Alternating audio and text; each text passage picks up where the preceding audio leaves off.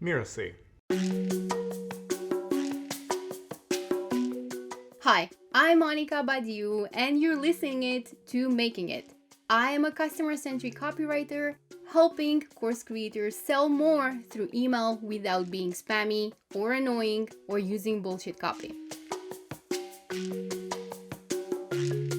My parents were employees in the government and grew up in Romania.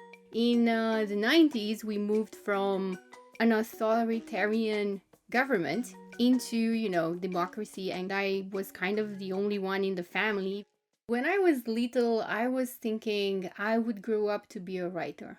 And then when I was in high school, I thought I was going to be a lawyer because I had this feeling I wanted to help people who needed help and nobody was helping them. And this really sense for justice in the world and let's help the world.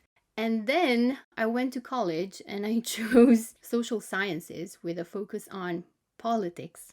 And I thought I was gonna change the system from the inside, If you want to change something, you have to play by the rules of the law and the government or whatever. That didn't turn out to be good.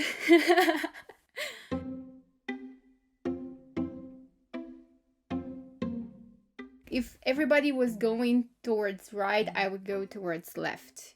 If everybody said yes, I would think why they're saying yes, and I would say no. One of the things that it's amusing to me, one of the really motivations that I had starting with entrepreneurship early is being in control of my time. So I hated getting up in the morning. I hated doing that at school. So when I finished high school, I set an intention for myself that whatever job or whatever I do in life to earn a living, it's not gonna imply me having to wake up at 7 a.m. to go to an office, to commute, and spend hours and hours there. I did have those experiences because obviously I needed to have those experiences, but it was enough to kind of say, I'm never gonna do that again. Ever again. I don't find it productive to stay 8 hours in an office just to have the 9 to 5 job security or whatever. That's not something that defines me or hasn't defined me until now. I don't know about the future, but until now I didn't really associate that model with a happy life, a happy, fulfilling life. I decided that just doing business with people in Romania is not going to be enough. And so I set aside time to develop a freelancing practice. And I was lucky enough to find an SEO company from the US who was hiring remote from Eastern Europe, because this is where you find cheap employees, but also good. And I was amazed by the difference, how they communicated, what they did for the employees, how they trained their employees. Being paid on time, that was a major achievement. Before, I would have to kind of, hey, hi, can I have my money, please? I've worked for this money. And they were like, well, at some point you're gonna get your money. And then these guys would pay you on the dot on the 10th or whatever of every month. So that was happening when I was 22, I think. And that completely blew my mind. I was like, if this is possible, then I want more of this. It allowed me to see into the world of SEO, which I found super interesting, and I became passionate for it. I ran my own tests with my own blogs, and just seeing that business can be done differently was amazing. So something that I've done when I really decided to focus on being an entrepreneur full-time, no freelancing gigs, no other things on the side, was finding a tribe of people who I really connected with. And it happened over Facebook groups for entrepreneurs. And for 2 years, I had we call them coaching buddies. We would meet once a week for 1 hour and we would coach ourselves. Half an hour I would get coached, half an hour she would get coached. And that helped me a lot because I realized a lot of the entrepreneurial thing is all about mindset and overcoming personal limitations, fears, patterns, all that stuff that kind of makes you say, I don't deserve to have more visibility. I don't deserve to charge more. So that became the moment where I kind of decided, okay, I'm done playing small. Back when I started, I was the unicorn. So if you needed marketing, I would be the marketing manager who not just like strategized, but also implemented. So I would do anything from blog content to email marketing to marketing materials like leaflets and magazines. I would run ads, Facebook ads, AdWords. I would do Pinterest. I would record videos, edit the videos. I would do PR. Although it took me too long to understand that I didn't need to do all of that, and that's specializing and niching down would be a much better way.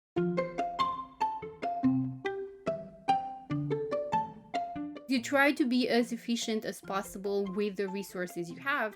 For me, it wouldn't be efficient and it wouldn't make sense with the resources I have to try and impact the world, right? But I can, however, focus my resources on individual actions that would help others have a bigger impact. I'm a copywriter and I work with course creators.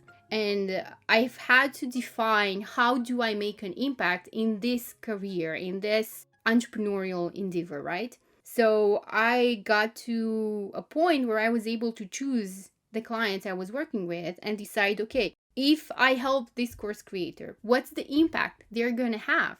If they get 100 people to get their course and to actually use the solutions in their course, that means that the impact I have is not just me being paid for writing those emails. It's actually me helping that course creator get their solution and help 100 people who can maybe then help other people around them just by changing something that they're doing or achieving a dream. So that's how my brain works. And it scares a lot of people because a lot of people don't really understand and can't really receive this like individual focus, right? A lot of people, and I'm one of them as well, I have a hard time asking for help and receiving help. So it's really interesting to see what happens when somebody comes and it's like, look, what do you need right now to help these kids? I'm here, I'm gonna give it to you. Just tell me what you need and I'll help you as long as I can help you. I wanna help you. In the beginning, making it was earning enough to pay my expenses, to be able to invest in courses, in qualifications, certifications, all of that, and to be able to travel and get a holiday whenever I wanted to. Then it moved into a place where making it is all about my freedom and making an impact. If your local community grows, you grow as well. And that applies in different degrees to, online businesses because they have an impact on their team and even on their students or clients, to local businesses. And yeah, that's what I think making it is, personally.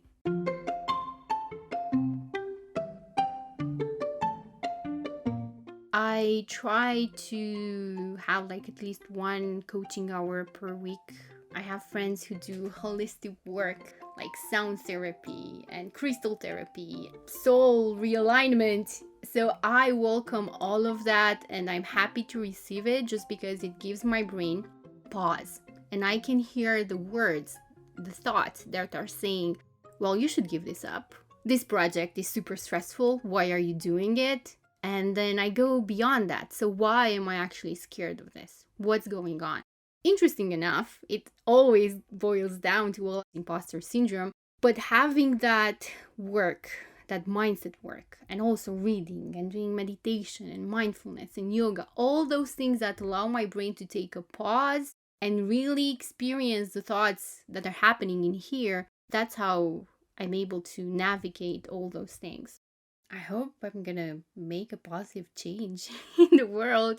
I don't know. It's like when I think about the world, it sounds like such a big impact, right? What I've focused my energies on in terms of impact is small, concentrated efforts. So I try to invest as much as it is doable for me as a human in terms of like energy, time, and money into helping these people have more of an impact themselves. I'm Monica, and you've been listening to Making It. You can find me at monicabadiu.com. You'll find me on LinkedIn and on YouTube. Making It is part of the Mirasee FM podcast network, which also includes such shows as Just Between Coaches and Once Upon a Business. This episode of Making It was produced by Cassandra Topperwien and Geoff Govertsen. That's me. Cynthia Lamb is a supervising producer, and Danny Eni is our executive producer. To catch the great episodes that are coming up on Making It, please follow us on YouTube or your favorite podcast player. And if you enjoyed the show, please leave us a comment or a starred review. It's the best way to help us get these ideas to more people. Thank you, and we'll see you next time.